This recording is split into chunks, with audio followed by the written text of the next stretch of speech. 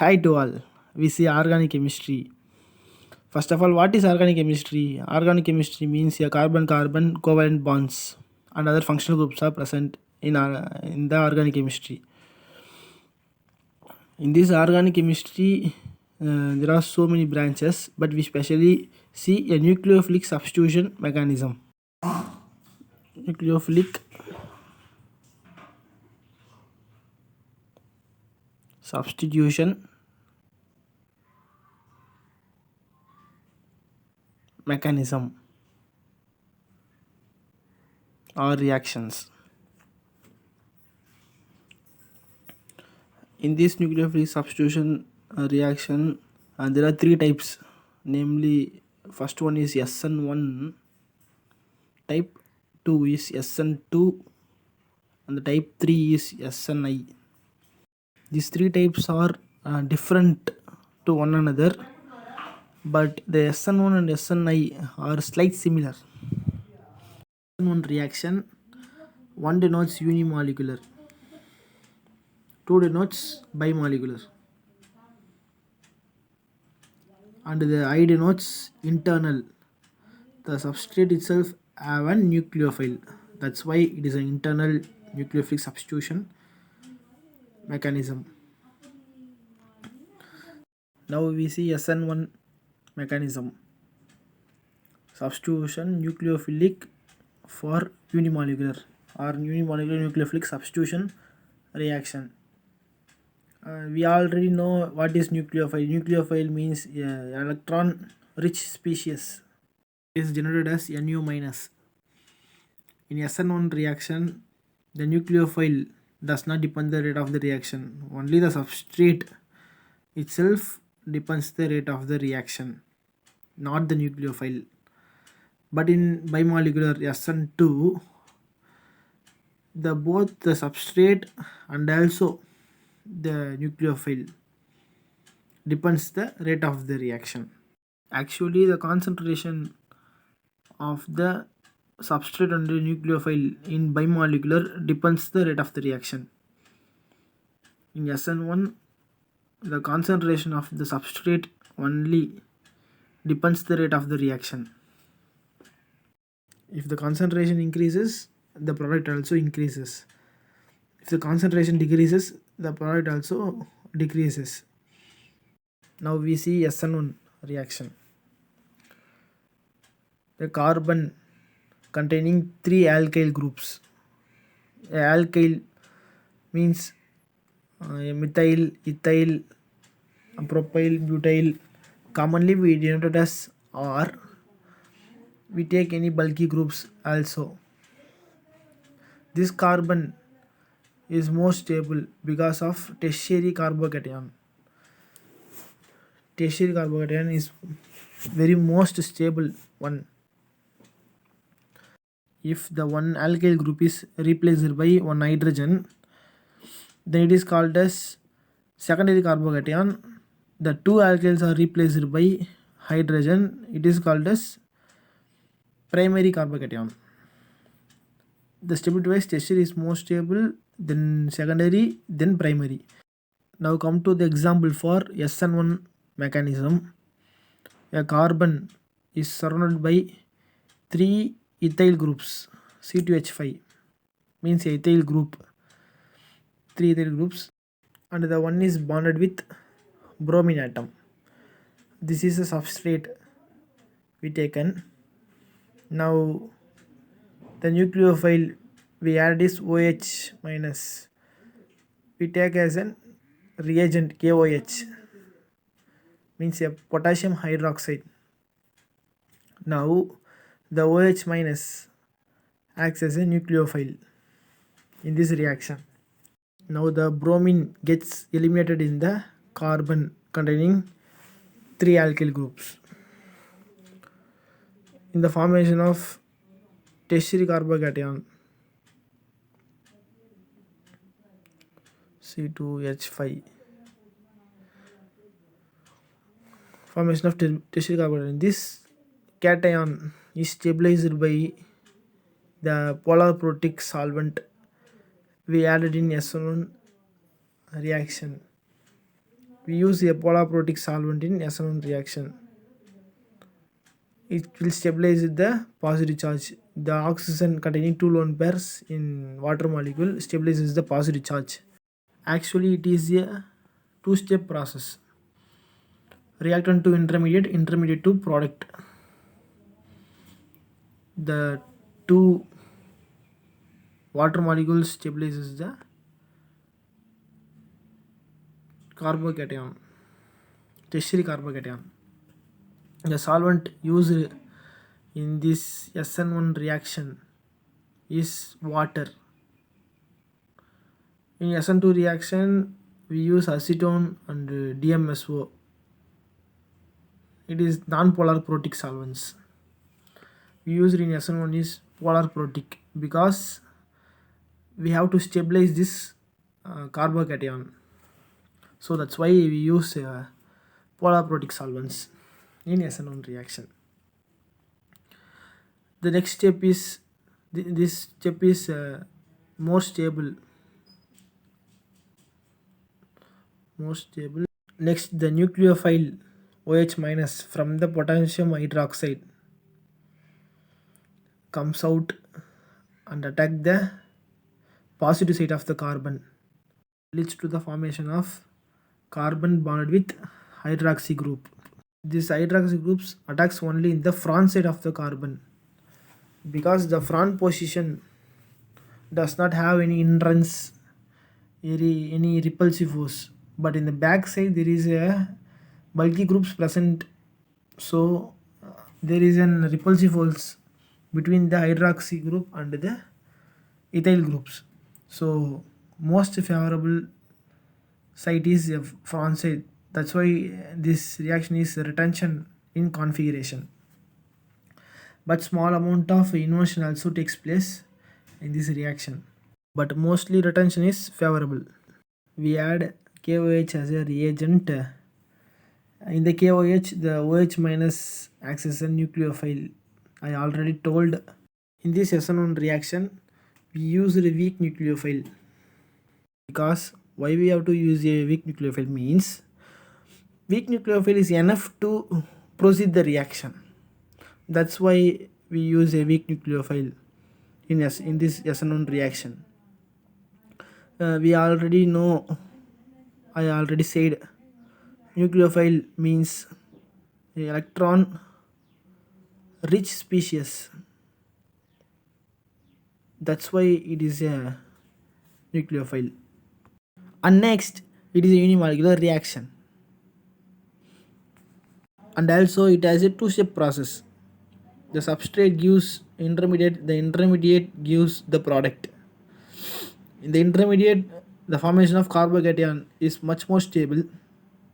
So the one step more in the SN1 reaction. Now the stability wise in the SN1 reaction is tertiary is more stable than secondary, secondary is more stable than primary. We use the same order in the SN1 reaction because we want an intermediate. That intermediate must be more stable in SN1 reaction. That's why the tertiary carbocation is more preferable and stable one as compared to secondary and primary. In SN2 reaction, the preferability is quite opposite as compared to SN1 reaction. The primary carbocation is more preferable one as compared to secondary and also tertiary in SN2 reaction. In SN1 reaction, the product formed is retention in configuration because the OH minus nucleophile attacks the carbon in the front side, not in the rear side, because there is a repulsive force acts on the rear side of the carbon, so comfortable only in the front side. That's why it is a retention in configuration. But the small amount of inversion configuration also takes place, but the most favorable one is retention configuration. It is more stable also. Now we see SN2 mechanism. SN2 mechanism, I already said, 2 denotes a bimolecular nucleophilic substitution mechanism. And the rate of the reaction depends not only on the substrate and also the nucleophile. Because we use a nucleophile is strong, the strong nucleophile voluntarily attacks the carbon at the backside. So the rate of the reaction depends both the substrate as well as nucleophile. The another one is we use a solvent in SN2 reaction is dimethyl sulfoxide or acetone. Both are good polar aprotic solvents. Dimethyl sulfoxide is commonly called as DMSO. The condition for solvent is must be an volatile. That's why we can prefer it as a solvent in both the SN1 and SN2 reactions. Why we use a polar aprotic solvent in this reaction means because the nucleophile does not get disturbed by these solvents. So that's why we use the polar aprotic solvents. Now we come to the mechanism. The carbon one bond is attached to methyl group. The another bond is hydrogen. The another bond is also hydrogen. Because the primary carbon is most favorable one for SN2 reaction. And the nucleophile also easily attacks in the rear side of the carbon because there is no repulsive force that much. That's why we use a primary carbon as a substrate. And the fourth carbon bond is attached to hydroxy group.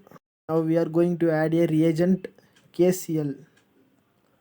The Cl minus is a electron rich species, so acts as a nucleophile, and also Cl minus acts as a strong nucleophile.